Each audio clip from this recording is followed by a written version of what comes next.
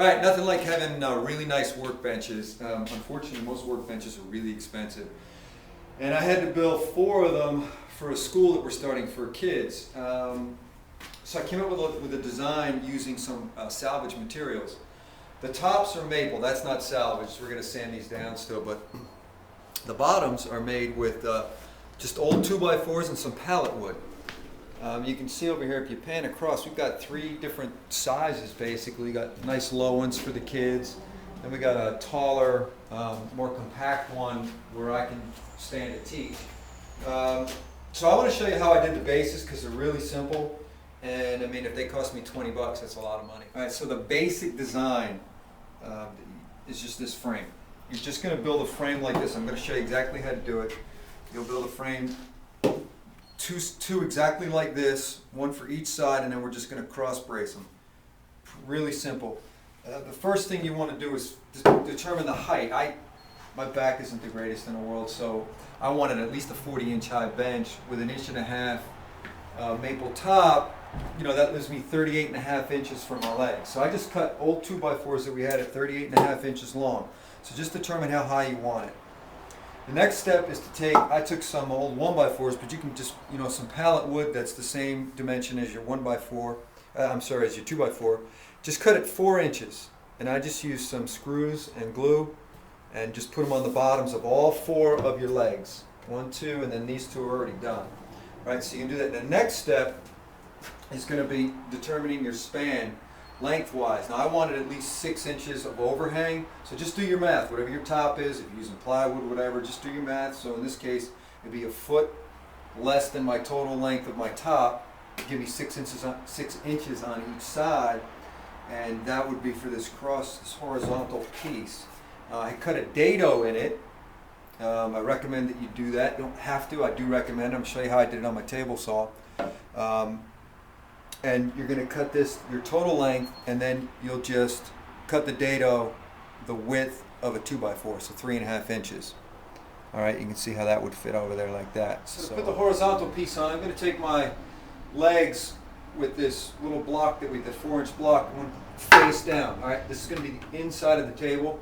This will be the outside surface of the table facing up. So a little glue.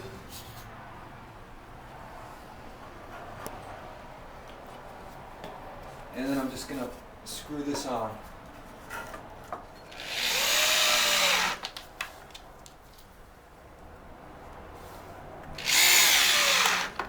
So for the bottom piece, you'll notice it's longer than the top piece because we have a 2-inch overhang.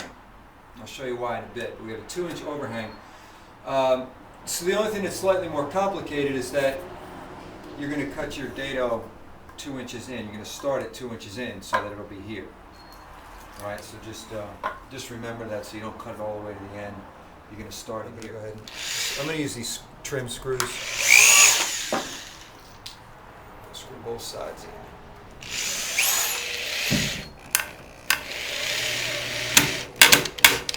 All right, so I'm just going to go ahead and screw these horizontal braces in. I've already put glue on it.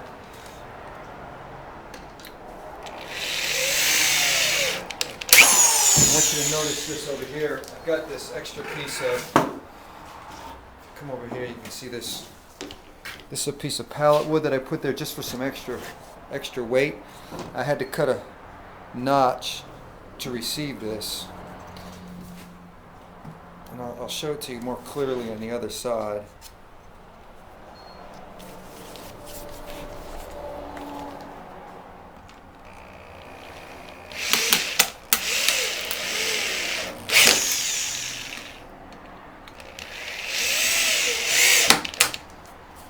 Okay, so this is a piece of pallet wood we're going to use on the other side, and I just cut this notch out to receive that. And you can either put it on after you get the horizontal piece on, or you could put it on like I'm going to glue it and screw it on and then put it in, either way.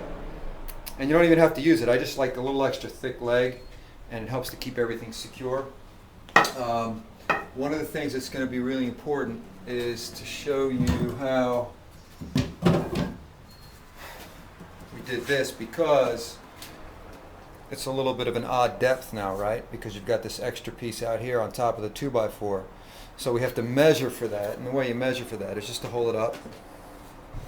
Make sure you're square and just make your mark. So now I know I'm going to make my cut here.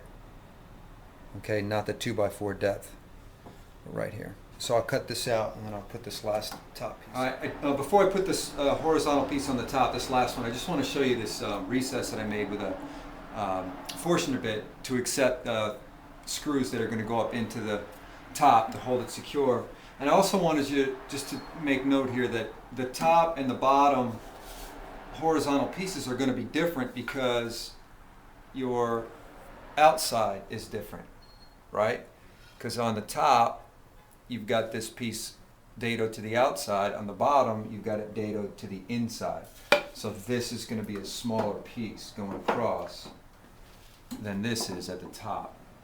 All right, just want to make sure you make note of that and do your math. It's pretty simple, you can figure it out. I just wanted to show you that.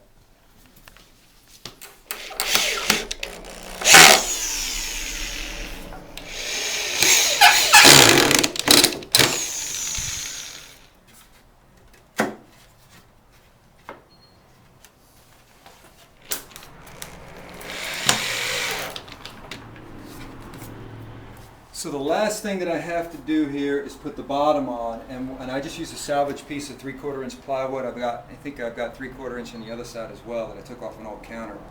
And I just create a ledger around here. That's why I wanted to show you this open. Just take some, well, just to give you an example, just take some 1x1 or 1x2, right? And you're just gonna put it all around the bottom. I'll show you on another one. I don't have time to do this one today. I'm gonna show you in another one that I did. It's very simple. So you see, as I lift this up, this is what I'm talking about right here. I just glue and screw that in, cut your pop it right on top. Now you've got a place on the bottom to store some extra boards or whatever. That's it. Good luck with your benches.